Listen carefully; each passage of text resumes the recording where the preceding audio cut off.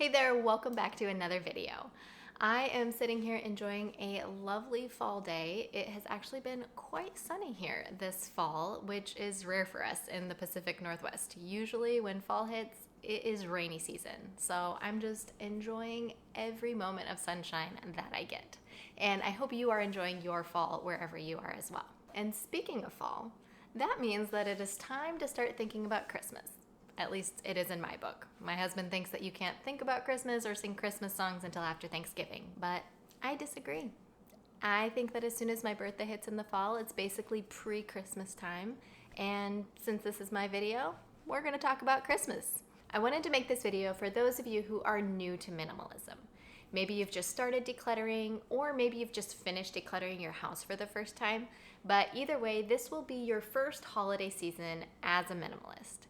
And you don't really want to go back to square one just because the holidays happen. The thought of having a minimalist Christmas can be daunting. It kind of goes against everything that our Western culture teaches us that Christmas should be about. And if you want to have a minimalist Christmas with kids, it can feel like you shouldn't even bother because there are just so many things that go along with Christmas when you have kids. But not only is it possible to have a minimalist Christmas with kids, it can be incredibly rewarding as well. So in this video, I'm going to go over why we decided to have minimalist Christmases in our family. And I'm going to show you how we accomplish that, even with a 5-year-old and a 2-year-old. If you're new to my channel, I'm Kassy with MakingTimeForGiggles.com, and I make videos all about simplifying mom life. So be sure to subscribe down below if you would like to see more videos like this one. Okay, let's get started with why our family chooses to have simple Christmases. The first reason is that it's easier. Having a minimalist Christmas is so much easier than having a go all out, more traditional type of Christmas. I have a lot less stress during the holidays now because I don't have as much pressure that I'm putting on myself to make everything so elaborate. The second reason that we go simple for our holidays is that it's a lot cheaper. We spend so much less now that we have simple holidays than we used to when we were having more elaborate traditional holidays. We would spend a lot of money on ourselves and on each other and on all of our family members. And now, even though we have more people in our family, we end up spending a lot less money. I'm going to do a video next week about how we budget for our minimalist Christmas, so be sure to subscribe down below if you want to check that out. But I will break down exactly how much we typically spend on Christmas and how we budget for that. The third reason I love having simple holidays is that I don't have to declutter when the holidays are over. If you've recently started or ended your decluttering journey, you don't want to backtrack just because Christmas happened. And if you have a simple Christmas, it can keep you from ending up back at square one again right after New Year's. Another reason we have simple Christmases is that we want our kids to appreciate simple things. I know I've talked about this before, but wanting my kids to enjoy simple things is actually one of the biggest reasons that I choose to embrace minimalism all year round. I want my kids to enjoy simple toys, I want them to enjoy simple activities, and I want them to be able to entertain themselves with simple things. If you have extravagant holidays every year, it just raises their expectations and makes it really hard for them to be satisfied when things are simple. Another reason I have minimalist holidays is that I want my kids to be grateful. I have found there to be a really strange phenomenon when it comes to kids and gifts. The more they get, the less grateful they are, and the less they get, the more grateful they are. It doesn't make sense logically, and I can't explain it, but I have seen it happen over and over again. On the years when our girls have received more gifts, it almost feels like they get into this frenzy about the gifts, and they just can't wait to see what is next and what can they open next and when do they get to open more presents. But on the years when they receive less gifts, they are much more grateful, and they actually seem even more excited about the few gifts that they do receive. And the last reason that we choose to have a minimalist Christmas is that the kids actually use their gifts more when they have less of them. One of the best explanations for this that I've seen came from the book called Simplicity Parenting. I've talked about that book on here before, and I will link it in the description below if you're interested. But he says that kids see toys as their work. And when they have too many toys, they feel like they have to play with each one as fast as they can. Whereas when they have less toys, they can actually enjoy and fully immerse themselves in the play with each toy. And I've definitely seen this with my kids. When we give them less toys, they will sit and just play with that one toy for the entire afternoon. And when we have a lot of toys, they just quickly play with them, and then they kind of almost just get tossed aside. They'll still play with them a little bit for a couple weeks, but they seem to get bored with it faster than when they have fewer items to play with. All right, now I'm going to show you how we have minimalist Christmases at our house without our girls feeling left out. One of the biggest concerns that a lot of parents have about implementing simple holidays is they want their kids to have really fond memories of Christmas and getting presents and having a really fun time. And they don't want their kids to feel weird or like they were missing out because they didn't get as many gifts as their friends do. So I'm going to show you the steps that we took and continue to take to create a fun, simple, and special Christmas every year. And by doing these things, our girls have actually never felt left out, even though they receive far less gifts than their friends and cousins and everyone else that they know receive. And when I say far less gifts, I mean far less gifts.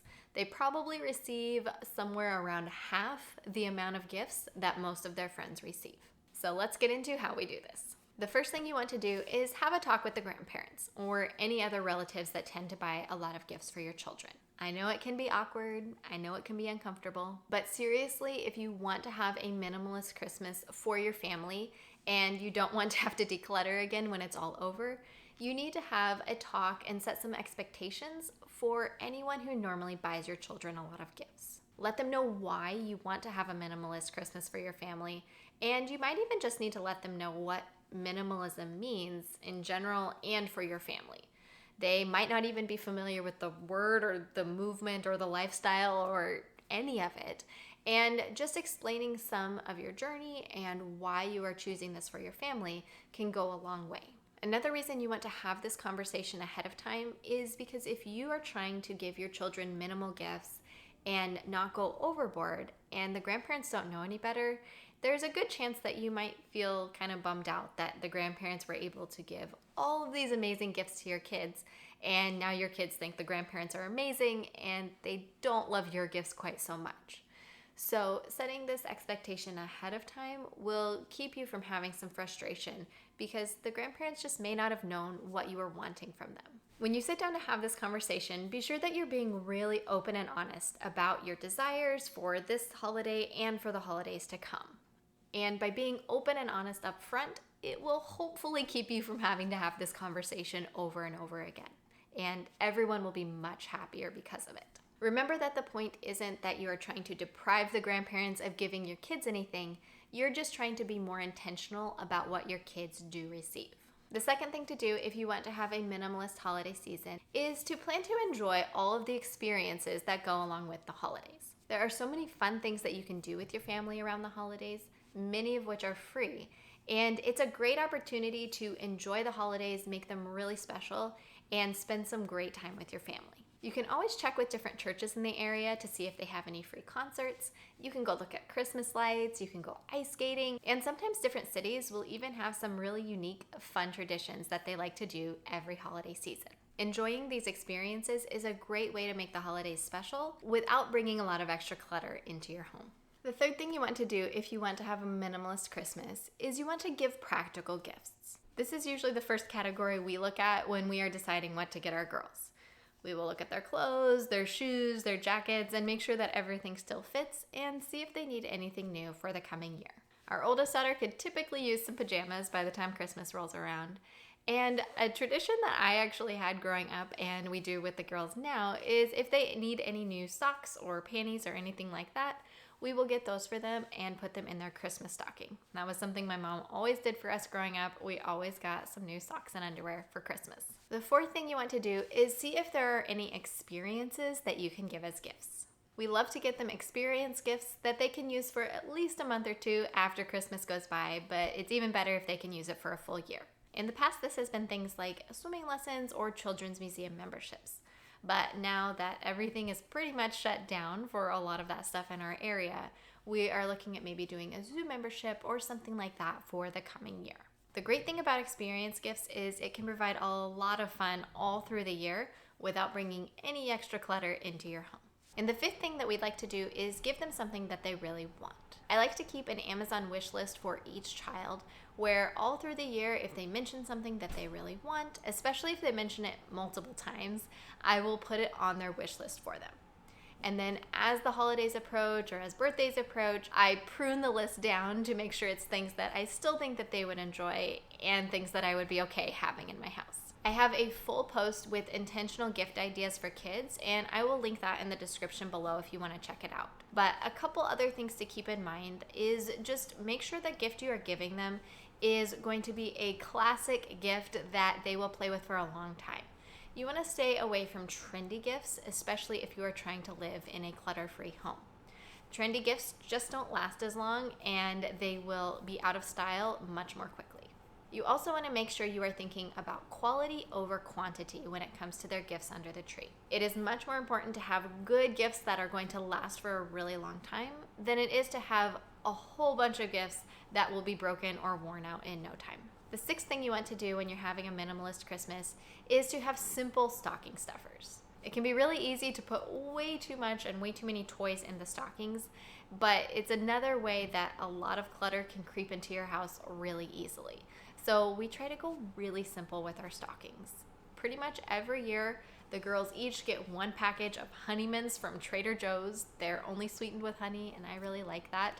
So they each get their own package, and they think that is just the coolest thing ever. And then we also get them each a bath bomb from a place that is like all natural bath bombs, and it's not bad for their skin or anything like that. And again, they think that is just so fun to be able to do their bath bombs. And then if they need any types of socks or underwear, things like that, like I mentioned earlier, we will also put those in their stockings. And sometimes we'll do also a chapstick or a package of gum, little things like that. But mainly in the stockings, we try to stick with consumables or useful items, and that really helps cut down on the clutter. The next thing that you want to do is make a list. This list will have everything on it that you want for each child to receive for Christmas. And this includes everything from all of those categories that we just talked about. And if you want to see the full list that I have for my girls, I will put a link in the description down below with the post that goes along with this video. And the last thing that you want to do is talk to grandparents or relatives or anyone else who likes to buy gifts for your children and let them know some of the things that you would like for your children to receive. Almost as soon as I know what I want my girls to receive for Christmas, I will talk to my mom. I will ask her, hey, these are the things that I would like the girls to receive this Christmas. Do you have any desire to get them any of these things? And this works really well for us because then my parents know that whatever they're getting the kids, I approve of and I am happy to have in my house. And it also helps me out because then I don't have to spend all the money to get them all the things on the list. And talking with the grandparents about some items that you would like for the kids to have lets them know that you aren't just trying to take away all their fun of buying gifts for the grandkids, but you just want to be more intentional about what your kids are actually receiving. And that is all my tips for how to have a minimalist Christmas with kids. If you found this video helpful, be sure to give it a thumbs up so more people can find it. And I'd love to hear from you in the comments below. Let me know if this is your first minimal Christmas, and also let me know if you have any intentional gift ideas that you are excited to give your kids. Again, I'm Kassy with MakingTimeForGoodGirls.com, and I make videos all about making mom life simple. So be sure to subscribe down below and ring the bell next to it to be notified when the next one comes out. I'll see you on the next one.